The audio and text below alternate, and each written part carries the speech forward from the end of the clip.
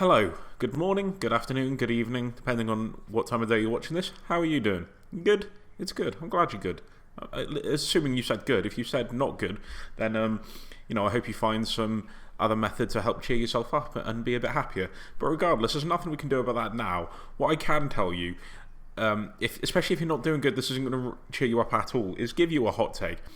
That hot take is Manchester City have the worst starting 11 of the top four Premier League teams. And when I say the top four Premier League teams, I mean the sort of perceived ones from the beginning. So we think Manchester United, Manchester City, obviously, Chelsea and Liverpool. I think those are the what everyone would class as the top four at the minute. I think there's a fair bit of distance in quality between whoever you would class as the fourth is and whoever you would put as fifth and the rest of the league. And I was just sort of looking through the squads the other day, just sort of, warm myself up for the fixtures to come. And I just looked at Manchester City's 11 in comparison to the other three teams. And I actually think it's... When I say poor, by the way, I'm going to probably use like very sort of dramatic terms.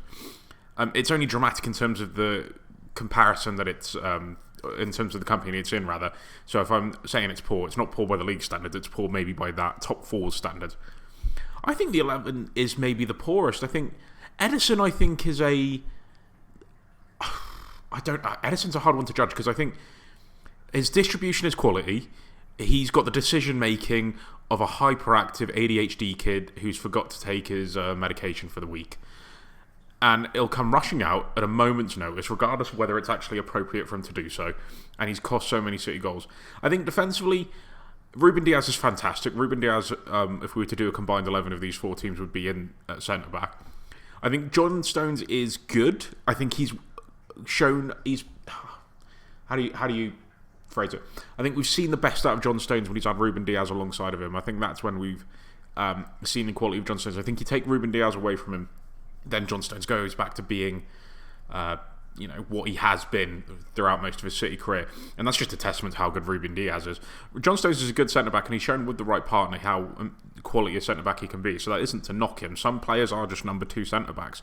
Gary Cahill was a fantastic number two centre-back to John Terry. I think the full-backs are very good. I still don't think Pep doesn't settle on teams anyway, really. But I don't think there's a settled group of fullbacks. Is it Cancelo that's playing maybe as the inverted left wing back, or is Kyle Walker coming in, or is Zinchenko coming in, or is Benjamin Mendy? I forgot for a second there why Benjamin Mendy wouldn't play. We'll move on from that one rather quickly. Again, I need to phrase this: starting 11. If we were talking about the squad, I think there's no argument really, City, but I just think his squad is so good that it weakens his starting 11, if that makes sense.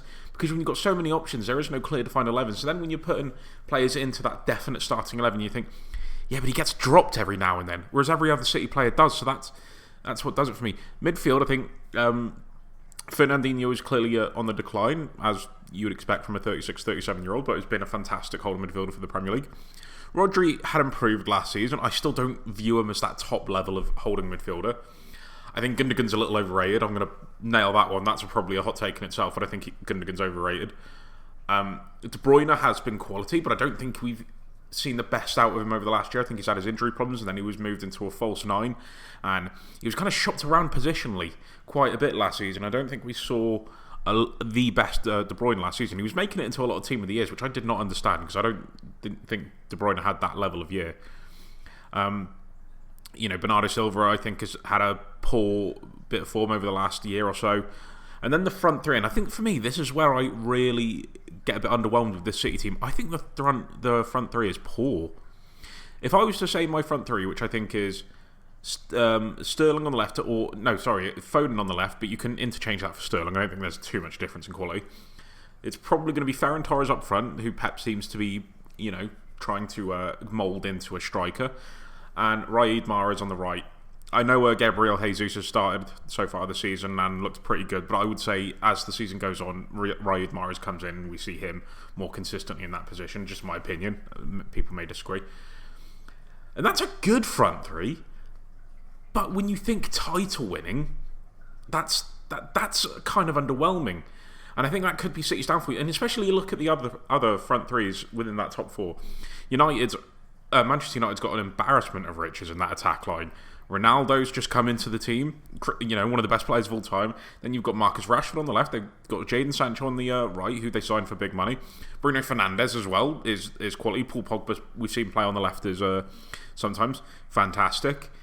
Then you've obviously got Mason Greenwood in hot form. Edinson Cavani to come. I mean, it's embarrassing how high quality the depth is within that part of the pitch. Even Jesse Lingard, you think is like an 8th choice player in that list, is still pretty good.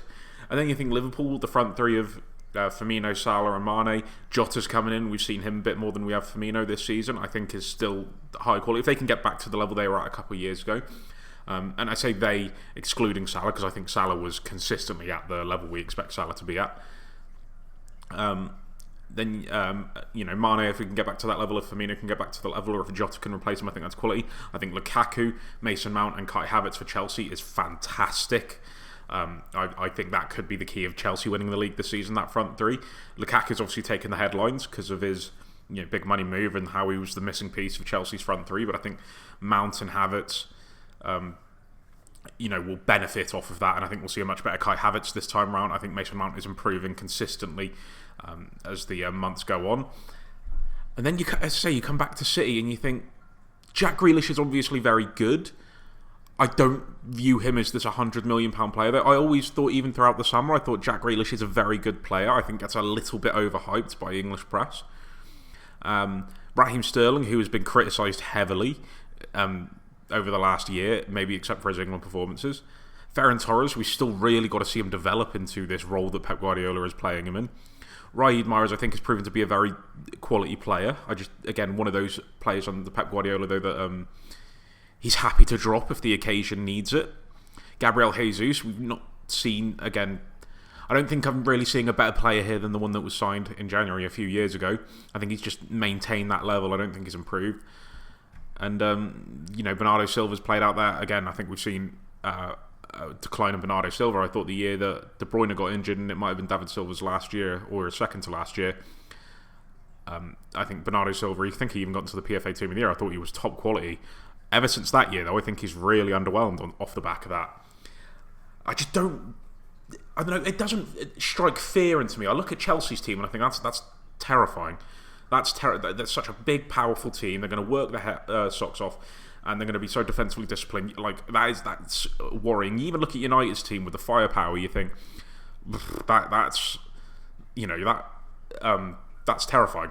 Like it will take a solid defence performance to keep a clean sheet against that. Even look at Liverpool when you think of the high intensity in the team and the star quality and the top quality they have in each position. But then you come to City and you look at it and you just feel like you could get something from that team. And I know, by the way, this sounds like I'm severely underrating Pep Guardiola. I'm not, I promise, because I've seen what Pep Guardiola's done. I've seen Manchester United in my lifetime, the team I support, get to 2 Champions League finals where we played a centre-back pairing of Gerard Piqué and Yaya Touré, and then we played a centre-back pairing of Gerard Piqué and Javier Mascherano, and we got played off the park. So you can't just simply predict a Pep Guardiola team as being that predictable. But again, I just don't get that feeling of fear from this team. I just look at them and think, we could get something from that. And I look at it and think, yeah, they could struggle to break teams down. Clearly I'm wrong because they've won 2 games 5-0. But I don't know. It's just that feeling I get from it. And that's my personal opinion. The hot take, as you can see at the top, City have the worst starting 11 within the top 4. Let me know what you guys think. I'll be interested to hear your opinions. And thank you for watching. I'll see you next time. Bye-bye for now.